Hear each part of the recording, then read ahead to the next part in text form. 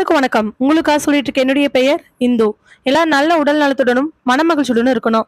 வாங்க நாம இன்னைக்கு சிந்தனை பெட்டகத்துல yes I am a sweet psycho கதையினுடைய 4வது பாகத்தை பார்க்கலாம். எங்க நிர்மலா இறந்து கிடந்தாலோ அந்த இடத்துக்கு ஜீப்ல போறாரு இன்ஸ்பெக்டர் கிரிச்சந்திரன், கூடவே எஸ்ஐ விஷ்ணு, கான்ஸ்டபிள் எல்லாரும். நிர்மலா இறந்து கிடந்த இடத்துல இருந்து ஒரு 10 அடி தள்ளி அவங்க 2 பேத்தினுடைய டெட் பாடி கிடக்குது. ஜீப்ல இருந்து இறங்குறாங்க. இறங்கி அங்க மெல்ல மெல்ல நடந்து போறாங்க. எதுக்கும் அடையாளம் காட்டுறதுக்கு ரோஷன் வந்தா கரெக்டா இருக்கும் அப்படின்னு சொல்லிட்டு ரோஷனையும் கூட்டிட்டு போறாங்க. அவங்க நடந்து போற இடத்துல மக்கள் நடமாட்டம் கொஞ்சம் இருந்துச்சு. பிரச்சனை அப்படின்னு தெரிஞ்ச உடனே அந்த ஏரியால இருக்கக்கூடிய கடைக்காரங்க எல்லாரும் இங்க வந்துட்டாங்க. ஏற்கனவே அங்க இருக்கக்கூடிய கான்ஸ்டபிள் இவங்கள பார்த்த உடனே அங்கிருந்து வந்து ஒரு சல்யூட்டை போடுறாரு. கூட இன்னொருத்தர் வந்து நின்று, ஐயா நீங்க வர சொன்னீங்க, நாங்க ரெடி ஆயிட்டு இருந்தோம், பார்த்தா சங்கர் மல்லிகாவும் வரல, ஏன்டா இன்னும் வரலையேன்னு சொல்லிட்டு பார்த்து தேடி கண்டுபிடிக்கும் பொழுதுதான் தெரிஞ்சிச்சு இந்த மாதிரி நடந்திருக்கு அப்படின்னு. என்னன்னு சரியா எங்களுக்கு பிடிபடலைங்க ஐயா. அவர் சொல்லவே கிரிச்சந்திரன் மெல்ல மெல்ல நடந்து அந்த டெட் பாடி கிட்ட போறாரு. ஏற்கனவே ஜிஹெச்சுக்கும் ஃபாரன்சிக்கும் இன்ஃபார்ம் பண்ண அவங்க வந்து வெயிட் பண்ணிட்டு இருக்கிறாங்க. சுத்தி இருக்கக்கூடிய இடங்கள்ல செக் பண்ணிட்டு இருக்கிறாங்க. பவுடர் போட ஏதோ ஒரு மாதிரி ஒரு இதை எடுத்து வச்சு அளந்துட்டு இருக்க, ஏதாவது கிடைக்குமான்னு சொல்லிட்டு டேப் மாதிரி இருக்கக்கூடியதுல வச்சு ரேகையெல்லாம் எடுத்துக்கிட்டு இருக்கிறாங்க. அங்கங்க கிடக்கக்கூடிய முடிகள், அப்பப்போ கிடைக்கக்கூடிய சின்ன சின்ன பொருட்கள்னு எல்லாத்தையும் ஒரு பையில எடுத்து போட்டுக்கிட்டு இருக்கிறாங்க. கிரிச்சந்திரன் அப்படியே அந்த டெட் பாடிஸை சுத்தி பார்க்குறாரு. நல்ல கொடூரமான முறையில 2 பேர்த்தையும் அடிச்சு கொண்டிருக்கிறாங்க. 2 பேரும் வலியில துடிச்சு அந்த இடத்துல இருந்து நகர்ந்து போறதுக்கான அடையாளங்களும், 2 பேர்த்தையும் அந்த ஆள் இழுத்து போட்டு மறுபடியும் அடிச்சதுக்கான அடையாளங்களும் இருக்கு. இதை பார்த்துட்டு இருக்க கிரிச்சந்திரன் விஷ்ணுவை பார்த்து, அவன் 2 பேர்த்தையும் துரத்தி அடிச்சு கொண்டிருக்கிறான். கால் தடங்களை பாரு, 2 பேர் தப்பிச்சு போறதுக்காகவும் எஸ்கேப் ஆகிறதுக்காகவும் என்னென்னமோ பண்ணியிருக்காங்க. ஆனால் அவன் இழுத்து போட்டு பண்ணியிருக்கிறான். ஃபாரன்சிக் ஆஃபீஸர்ஸ்ட்டு கேட்டோம்னா இந்த கால் தடம் மேபி இவங்களுக்கு தான் இருக்கிற வாய்ப்புகளாக இருக்குன்னு நம்ம தெரிஞ்சுக்கலாம். ஆனால் எனக்கு தெரிஞ்சு இங்கே என்ன நடந்திருக்குன்னா, சங்கரும் மல்லிகாவும் நிர்மலா இறந்து போன இடத்துல வந்து நின்றுட்டு இருக்கிறாங்க. நல்ல பட்டப்பகலான வேலை தான். ஆனால் இது நாள் வரைக்கும் அவங்களுக்கு இப்படி ஒரு இன்ஸ்டன்ட் நடக்குன்னு கனவுல கூட நினச்சி பார்த்துருக்க மாட்டாங்க. ஏன்னா குற்றவாளியை கூட எல்லா விதத்துலேயும் கூட இருந்திருக்கிறாங்க. அவங்க என்ன தப்பு பண்ணுறாங்க அப்படிங்கிறது நல்லாவே தெரியும். 2 பேர் வெயிட் பண்ணிட்டு இருக்கும் பொழுது அப்போ பின்னாடி ஒரு காலடி சத்தம் கேட்குது. திரும்பி பார்க்க அந்த ஆள் வராங்க. வந்து நிற்க 2 பேருமே அவங்கள பார்த்து, சொல்லுங்கள், எதுக்கு இப்போவே வர சொல்லியிருக்கீங்க? அந்த ஆள் ஏதோ பதில் சொல்ல 2 பேரும் அப்படியே நின்றுட்டுருக்குறாங்க. இல்லைங்க, போலீஸ் ஸ்டேஷனுக்கு போகணுன்னு பக்கத்து கடைக்காரர் ஃபோன் பண்ணார், அதை உங்ககிட்ட சொல்லலாம் தான் இருந்தோம் அப்படின்னு சொன்ன உடனே தான் கையில் வச்சுருக்கக்கூடிய ஒரு இரும்பு கம்பி எடுத்து மூஞ்சியில் ஒரு அடி அடிக்கிறான். இதில் அப்படியே டக்குன்னு கீழே விழுந்துடுறான் சங்கர் கீழே விழுந்த உடனே பதறிப்போன மல்லிகா என்ன பண்ணுறதுன்னு தெரியாமல் அந்த ஆளை தள்ளி விடலான்னு சொல்லி யோசிக்கும் பொழுதே மறுபடியும் அந்த இரும்பு கம்பி மல்லிகாவோட தலையில் படுது. 2 பேரும் கீழே விழுந்து உயிரை எப்படியாவது காப்பாற்றிக்கலான்னு சொல்லிட்டு எந்திரிச்சு ஓடலாங்கும் பொழுது 2 பேர்த்தோட காலையும் இழுத்து போட்டு மறுபடியும் அடிச்சிருக்காங்க. இதே மாதிரி அவங்க அடிக்க அவங்க 2 பேர்த்தினுடைய ரத்தமும் அங்கே இருக்கக்கூடிய மரம், செடி, கொடிகளில் பட்டிருக்குது. அங்கங்கே தெரிச்சிருக்கக்கூடிய ரத்தங்களை வச்சு பார்க்கும் பொழுது எந்த அளவுக்கு ஃபோர்ஸில் அடிச்சிருக்காங்கன்னு நல்லாவே தெரியுது. கொஞ்ச நேரத்தில் 2 பேரும் அப்படியே கீழே விழுக அந்த ஆள் அங்கேருந்து போயிட்டாங்க. இதை கேட்ட உடனே விஷ்ணுவுக்கு, எப்படி சார் கரெக்டாக சொல்கிறீங்க? சுற்றி பாருங்கள் விஷ்ணு, ரத்தம் தெரிச்சிருக்கிறது, விழுந்திருக்கிறது, 2 பேரும் எப்படி விழுந்திருக்காங்கன்னு பாருங்கள், கண்ணை பாருங்கள், இறந்து போய் கூட மரண பயம் நல்லாவே தெரியுது. ரிப்போர்ட்டை வாங்கி பார்த்தீங்கன்னா இதை தான் சொல்லுவாங்க. எத்தனை கேஸ் நாம் பார்த்துருப்போம். சார் இப்போ நம்ம என்ன சார் பண்ணுறது? முதல்ல சங்கர் மல்லிகாவோட கடையை நம்ம ஃபுல்லாக செக் பண்ணணும், ஏதாவது விஷயங்கள் கிடைக்குதான்னு. அதை நம்ம இமிடியேட்டாக பண்ணி ஆகணும். தென் இந்த ஏரியாவில் இருக்கிறவங்ககிட்ட சங்கர் மல்லிகா எப்படிப்பட்டவங்கன்னு விசாரிக்கணும். அவங்க வீட்டு பக்கத்துலேயும் போய் விசாரிக்கிறது நல்லது. 2 பேரும் கணவன் மனைவியாக இருக்கிறதுக்கான வாய்ப்புகள் அதிகம்னு சொல்கிறாங்க. ஆனால் ஒரு சிலர் கணவன் மனைவியாக இல்லை, வேறு விதமான உறவுன்னு சொல்கிறாங்க. இதை நம்ம ஃபுல்லாக செக் பண்ணணும். ரிப்போர்ட் 2 வரட்டும். சார், அந்த பையன் ரோஷன் சொன்னான்ல சார், 2 பேர் வந்தாங்கன்னு, அந்த 2 பேர் இவங்களா இருக்கிறதுக்கான வாய்ப்பு இருக்குன்னு கூட நம்ம டவுட் பண்ணி தானே அவனை கூட்டிகிட்டு வந்தோம். இப்போ அவனை கூப்பிட்டு நம்ம பார்க்க சொன்னோம்னா, ஜீப்புக்கு பக்கத்தில் ஒரு கான்ஸ்டபிள் கூட நின்றுட்டு இருக்கக்கூடிய ரோஷனை கூட்டு வர சொல்கிறாங்க. ரோஷன் அங்கே வந்து டெட் பாடி பார்த்த உடனே ஒரு நிமிஷம் அப்படியே திரும்பிக்கிட்டு வாந்தி வர மாதிரி பண்ணுறான். அதுக்கப்புறம் பக்கத்தில் வந்த விஷ்ணு, ரோஷன் இவங்க 2 பேரான்னு கொஞ்சம் பார்த்து சொல்லு. என்ன சார் இப்படி மூஞ்சிலாம் வீங்கி போய் ஒரு மாதிரி இருக்குது. நான் எப்படி சார் அவங்க நடந்து வந்தால் கூட ஏதாவது பண்ண முடியும்? ஆனால் இல்லை ரோஷன், நம்ம மூளை அப்படிங்கிறது டக்குன்னு ஒரு விஷயத்தை பார்க்கும். ஆனால் அந்த டக்குன்னு விஷயத்தில் நமக்கு ஏதாவது தேவை அப்படின்னா நமக்கு ஏதாவது ஒரு க்ளூவை நிச்சயமாக கொடுக்கும். சாதாரணமான விஷயமாக இருந்தால் அப்படி நடக்கும் பொழுது, இந்த இடத்துல நீ ஒரு முக்கியமான விஷயத்துக்கு போகும் பொழுது உனக்கு ஹெல்ப் பண்ணுறக்காக வந்தவங்களில் ஏதாவது ஒரு பாயிண்ட் உனக்கு மைண்டில் ஃபிக்ஸ் ஆகிருக்கும். ஆனால் அந்த பரபரப்பில் நீ மறந்துருக்கலாம். அதனால் இப்போது இவங்க 2 பேரோட டெட் பாடியை நல்லா உத்துப்பார்.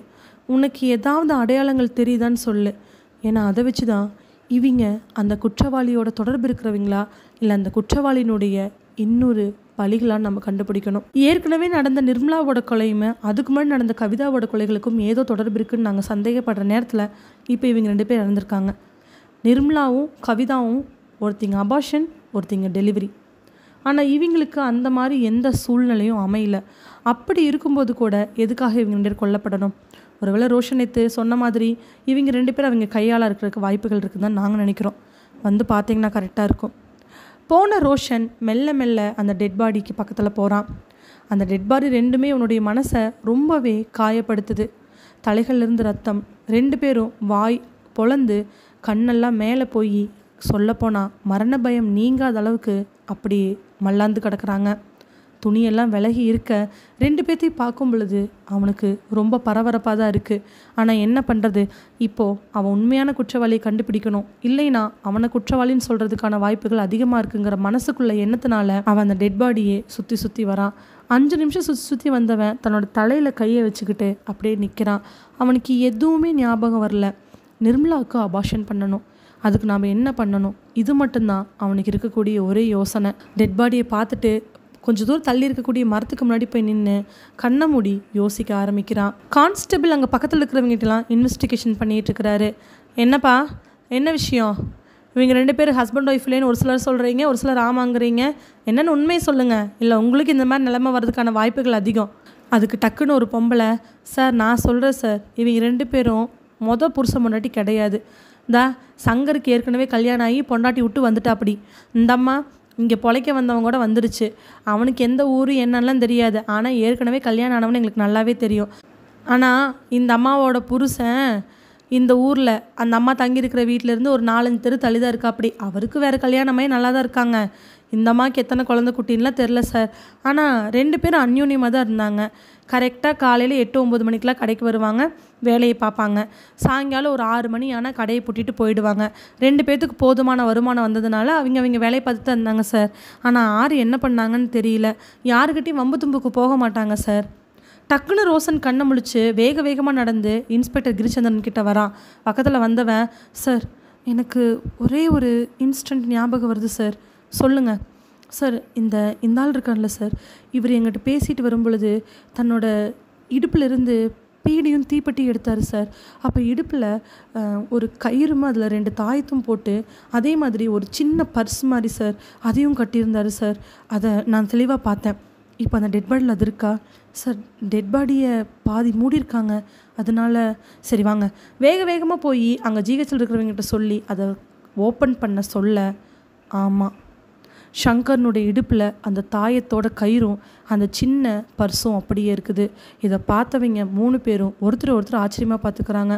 சார் இந்த ஆள் தான் சார், இந்த ஆளே தான் சார், ஞாபகம் இருக்குது சார். ஏன்னா எங்கிட்ட பேசிக்கிட்டே அந்த ஆள் அது பண்ணதை நான் நோட் பண்ணி இப்போ ஞாபகம் இருக்குது சார். ஸோ அப்போ குற்றவாளியினுடைய கையாள்கள் நமக்கு இன்னும் கொஞ்சம் வசதியாக போயிடுச்சு இல்லையா? என்ன சார் சொல்கிறீங்க? கிரிச்சந்திரன் இந்த வார்த்தையை சொன்ன உடனே விஷ்ணு என்னன்னு கேட்க, கிரிச்சந்திரன் சிரிச்சுக்கிட்டே விஷ்ணுவை பார்க்குறாரு.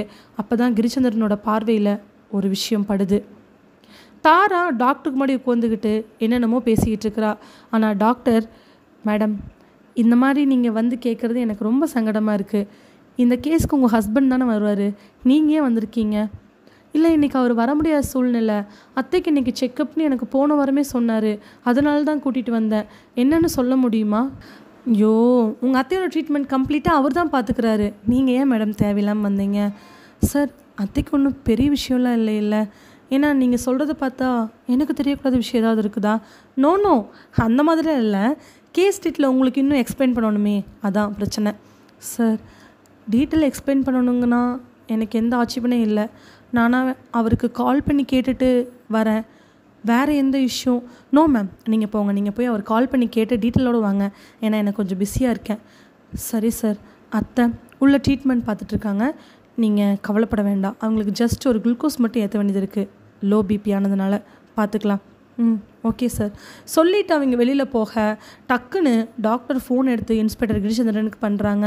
கிரிச்சந்திரனோட பார்வை அந்த இடத்த விட்டு நகராமல் இருக்க வந்த ஃபோன் மட்டும் அவனுக்கு ஏதோ ஒரு டிஸ்டர்பன்ஸை கொடுக்குது. எடுத்து பார்த்தா டாக்டர் நம்பர். வேகமாக ஃபோன் அட்டன் பண்ணி, சொல்லுங்கள் டாக்டர். சார், ட்ரீட்மெண்ட்டுக்கு உங்கள் ஒய்ஃபோட அத்தையை இனிமேல் நானே கூட்டிகிட்டு வந்துக்கிறேன்னு நீங்கள் சொன்னீங்களே சார்? ஆமாம் சார், நானே தான் கூட்டிகிட்டு வரேன்னு சொன்னேன். உங்கள் ஒய்ஃப் கூட்டிகிட்டு வந்திருக்காங்க சார். வாட்? என்ன சொல்கிறீங்க? ஆமாம் சார், என்னமோ 2 டேஸாக அவங்க தலை சுற்றுது, ஒரு மாதிரி இருக்குது, ரொம்ப லோவாக ஃபீல் பண்ணுறேன்னு சொல்லிகிட்டே இருந்தாங்களா? ஆமாம், நான் அதுக்கு நீங்கள் சொன்ன மாதிரி டேப்லெட் கொடுத்தனே. அதான் உங்கள் ஒய்ஃபு நீங்கள் லாஸ்ட் வீக்கு இந்த டேட்டுக்கு அப்பாயின்மெண்ட் இருக்குதுன்னு சொன்னதை ஞாபகம் வச்சு கூப்பிட்டு வந்து ஹாஸ்பிட்டலில் உட்காந்துருக்காங்க சார். சார், உண்மையான விஷயத்த வேறு யாருக்காவது சொன்னால் வீட்டில் இருக்கிறவங்களாம் ரொம்ப கஷ்டப்படுவாங்க, எஸ்பெஷலி உங்கள் ஒய்ஃப் ரொம்ப கஷ்டப்படுவாங்கன்னு சொன்னதுனால நான் அப்படியே ஹோல்ட் பண்ணி வச்சுருக்கேன் சார். நான் என்ன பண்ணட்டும்? இல்லை டாக்டர், வேண்டாம், நீங்கள் அது எதுவுமே சொல்ல வேண்டாம். அவங்களுக்கு அந்த கிரிட்டிக்கலான சூழ்நிலையில் என்னோடய ஒய்ஃப்க்கு அப்படி தெரிஞ்சிச்சுன்னா அவளோட மனசு ரொம்ப நோகும். அதுவும் இல்லாமல் இந்த விஷயம் நமக்குள்ளேயே இருக்கட்டும். நீங்கள் ஒன்று பண்ணுங்கள், அவளை உள்ளே கூப்பிட்டு என்ன விஷயம் அப்படின்னு கேட்டுட்டு சும்மா ஏதாவது சொல்ல வேண்டியது சொல்லிவிட்டு தாட்டி விட்டுருங்களேன், நான் பார்த்துக்கிறேன். சார், அவங்க உங்களுக்கு தான் சொல்லும் பொழுதே கிரிச்சந்திரனுக்கு செகண்ட் லைனில் ஒய்ஃபோட கால் வருது. எனக்கு தான் டாக்டர் பண்ணிகிட்ருக்கா. ஆமாம், நான் தான் அவங்க தாட்டி விட்டேன், உங்கள் ஹஸ்பண்ட்டை போய் டீட்டெயில் கேட்டுவாங்கன்னு. ப்ளீஸ் சார், நான் சாதாரணமாக பேசி அனுப்பிச்சிட்றேன், நீங்கள் ஃபர்தராக பார்த்துக்குங்க. ஓகே டாக்டர், ரொம்ப தேங்க்ஸ் சொல்லிவிட்டு ஃபோனை வச்சு கிரிச்சந்திரன் தன்னோட பார்வையை அங்கேருந்து விளக்காமல் தாராவோட ஃபோனை அட்டன் பண்ணுறாரு. சொல்லுடா, நான் ஹாஸ்பிட்டல் வந்தேன். என்னாச்சு? அத்தைக்கு தான் கூட்டிகிட்டு வந்தேன். அப்படியா? சரி. இல்லைங்க, நீங்கள் ரெகுலராக பார்க்குற டாக்டர்கிட்ட தான் வந்தேன். அவங்க ரிப்போர்ட்லாம் அவர்கிட்ட காமிச்சு என்னன்னு கேட்டேன். ஆனால் அவர் உங்கள்கிட்ட ஃபுல் டீட்டெயில் கேட்டு சொல்லிட்டாரு. ரிப்போர்ட்டா? என்ன ரிப்போர்ட்டு? முன்னாடி பார்த்தோமில்லங்க அந்த ரிப்போர்ட்டு. அதானே, கிரிச்சந்திரன் அந்த ரிப்போர்ட் எல்லாத்தையும் ஒரு பக்கம் ஒழிச்சு வச்சுருக்கிறான். எப்படி அவளுக்கு தெரியும் அப்படிங்கிற எண்ணம் தான். அதுவா? நத்திங்டா, அவங்களுக்கு ஏஜ் ஆகுது இல்லையா, அதனால் அவங்களுக்கு கொஞ்சம் கிறுகிறுன்னு வருதாம்மா. சுகர், அயன் இதெல்லாம் கொஞ்சம் அப்படியே அப்நார்மல் இருக்குதுன்னு சொல்கிறாங்க. வேறு ஒன்றும் கிடையாது. நிஜமாலுமா? ஆமாம், அதுக்கான ரிப்போர்ட் இதில் எதுவுமே இல்லையே. ரிப்போர்ட் எடுக்கிற அளவுக்கு நம்ம எந்த டெஸ்ட்டுமே எடுக்கவே இல்லையே. ஆனால் அத்தா அன்றைக்கி ஏதோ பிளட் டெஸ்ட் எதுன்னு சொன்னாங்களே. தெரியலம்மா, லோ அயனாக இருக்கும். சரி, அதெல்லாம் இப்போ எதுக்கு தேவையில்லாமல், நீ வீட்டுக்கு போ, நான் வந்து பார்த்துக்கிறேன். எனக்கு இந்த வாரம் சாட்டர்டே சண்டே ஏதாவது ஒரு நாள் ஃபிக்ஸ் பண்ணிவிட்டு நான் போய் டாக்டர் பார்த்து வந்துடுறேன். தாரா கிட்ட 5 மினிட்ஸ் பேசிட்டு தாரா உள்ளே போனதுக்கப்புறமா மறுபடியும் கிரிச்சந்திரன் அந்த இடத்தையே பார்க்குறாரு. அந்த இடத்த பார்க்கும் பொழுது அங்கே ஒரு மரத்தில் ரத்தத்தில் ஏதோ எழுதியிருக்குது. இதை பார்த்துட்டு மெல்ல கிரிச்சந்திரன் அங்கே போகிறாரு. விஷ்ணு உடனே, சார், நீங்கள் சிரிச்சதுக்கான காரணம் என்னன்னு சொல்லாமே போகிறீங்க சார். அதுக்கு முன்னாடி விஷ்ணு அந்த மரத்துக்கிட்ட பாருங்களேன். மெல்ல மரத்துக்கிட்ட போய் பார்க்கும் பொழுது மரத்தில் ரத்தத்தில் சீக்கிரம் உன்னை பார்ப்பேன் அப்படின்னு எழுதியிருக்கு. இதை பார்த்த கிரிச்சந்திரன் விஷ்ணுவை பார்த்து, நான் சிரிச்சதுக்கான அர்த்தம் உங்களுக்கு புரிஞ்சிருச்சா? இல்லை இன்ஸ்பெக்டர், என்ன அர்த்தம்னு புரியல. குற்றவாளி நம்மளை நேரடியாக சந்திக்கணும்னு நினைக்கிறான். இன்ஸ்பெக்டர், புரியல சார்.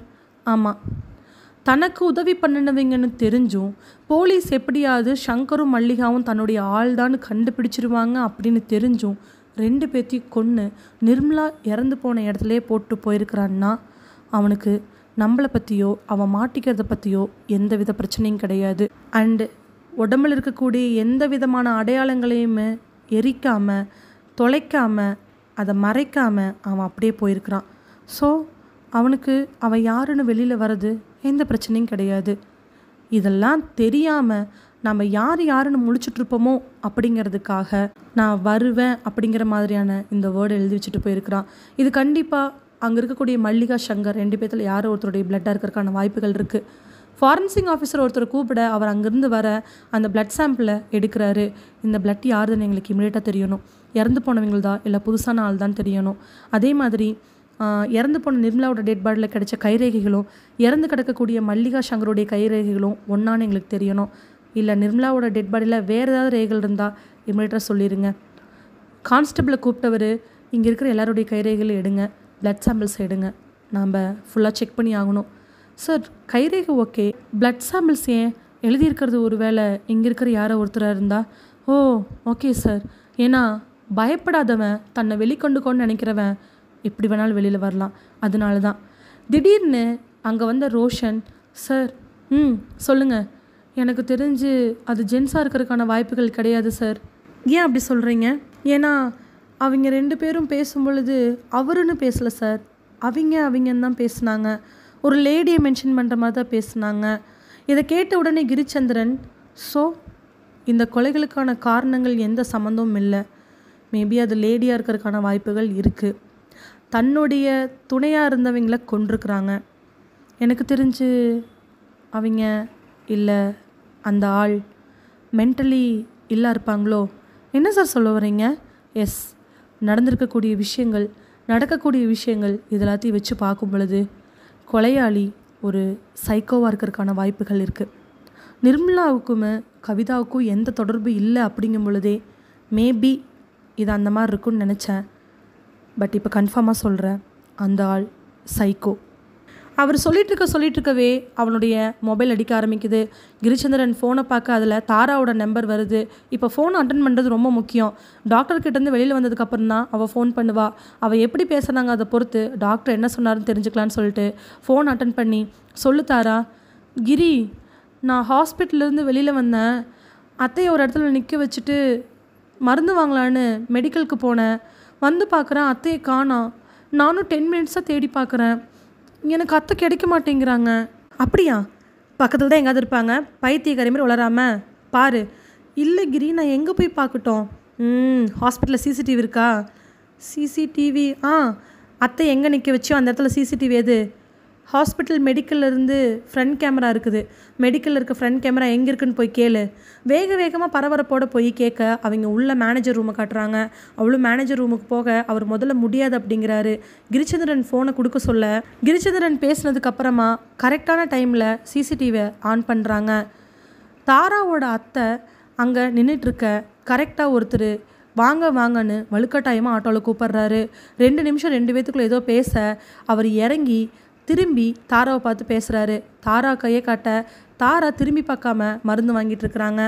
நீங்கள் ஏறுங்க, அவங்க வருவாங்கங்கிற மாதிரியான அசைவு தெரியவே சேரின் தலையாட்டிட்டு அவங்க அத்தை உள்ளே ஏறுறாங்க. அந்த ஆள் ஒரு 1/2 நிமிஷம் மட்டும் வெளியில் நின்றவர் ஆட்டோவில் ஏறி உட்கார்றாரு. உட்கார்ந்தவர் ஒரு 10 செகண்ட் வெயிட் பண்ணிவிட்டு ஆட்டோவை எடுக்கிறாரு. ஆட்டோ எடுத்த உடனே அந்த அத்தை கையை வெளியில் நீட்டி தாரான்னு கூப்பிட்றாங்க. ஆனால் அன்ஃபார்ச்சுனேட்டாக அந்த ஆட்டோ கிராஸ் ஆனதுக்கப்புறம் தான் தாரா டக்குன்னு திரும்பி பார்த்து மறுபடியும் மெடிக்கலில் பார்க்குறா. ஸோ தாராவோட அத்தையை, கிரிச்சந்திரனோட ஒய்ஃபோட அத்தையை பிளான் பண்ணி யாரோ அங்கேருந்து கடத்தியிருக்கிறாங்க. தாரா, என்ன சொல்கிற? ஆமாங்க, சிசிடிவியில் இப்படி இருக்குது, ப்ளீஸ்ங்க ஏதாவது பண்ணுங்க. தாரா சொல்கிற எல்லா விஷயங்களையும் பார்க்கும் பொழுது கிரிச்சந்திரனுக்கு கவிதாவோட இன்ஸ்டன்ட் ஞாபகம் வர ஆரம்பிச்சிருச்சு. கவிதாவுக்கு எப்படி நடந்துச்சோ அதே மாதிரி நடந்திருக்குது. அப்போ தாராவோட அத்தை அப்படின்னு நினைக்கும் பொழுது செகண்ட் கால் வர அது நம்பர் டிஸ்பிளே ஆகுது. நம்பர் எடுத்து பார்க்க ட்ரூ காலரில் I am a sweet psycho அப்படின்னு வர அதை பார்த்தவனுக்கு கண்ணெல்லாம் விரிய ஆரம்பிச்சிருது. தன்னோட மொபைலில் வந்திருக்கக்கூடிய நம்பர் அதில் ட்ரூ காலரில் I am a sweet psycho அப்படின்னு வரதை பார்த்தவன் அதிர்ச்சியில் அங்கேயே உறைஞ்சு போய் நிற்கிறான். தாரா பின்னாடி லைனில் கிரி ஏதாவது பண்ணுங்க கிரி, ப்ளீஸ் கிரி அப்படிங்கிற வார்த்தை கூட அவனுக்கு ரொம்ப மங்களாகவே கேட்குது. அப்போது தாராவோட அத்தையை கிரிச்சந்திரனை பிடிக்கிறதுக்காகவோ கிரிச்சந்திரனை பழி வாங்கிறதுக்காகவோ இல்லை தான் தப்பிக்கிறதுக்காகவோ ஒரு பகடக்காயாக யூஸ் பண்ணுவானோ? யூஸ் பண்ணுவாளோ அந்த சைக்கோ? சாரி அந்த ஸ்வீட் சைக்கோ?